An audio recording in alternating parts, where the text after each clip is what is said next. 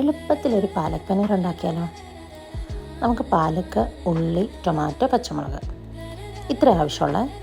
എണ്ണ ചൂടായി വരുമ്പോഴത്തേക്ക് ഇച്ചിരി ജീരകം ഇട്ട് കൊടുക്കണം. പച്ചമുളക്, ഉള്ളി നന്നായിട്ട് വഴണ്ട് വരണം. ബ്രൗൺ കളറാകുമ്പോഴത്തേക്ക് നമുക്ക് മസാല ചേർക്കാം. മഞ്ഞൾപ്പൊടി, മല്ലിപ്പൊടി, ഗരം മസാല. ഇതൊന്നും മൂത്ത് വരുമ്പോഴത്തേക്കും ടൊമാറ്റോ ഇട്ട് കൊടുക്കാം. മസാല കരിയാതിരിക്കാൻ ഒരു ശകലം വെള്ളം ഒഴിച്ചേക്കണേ.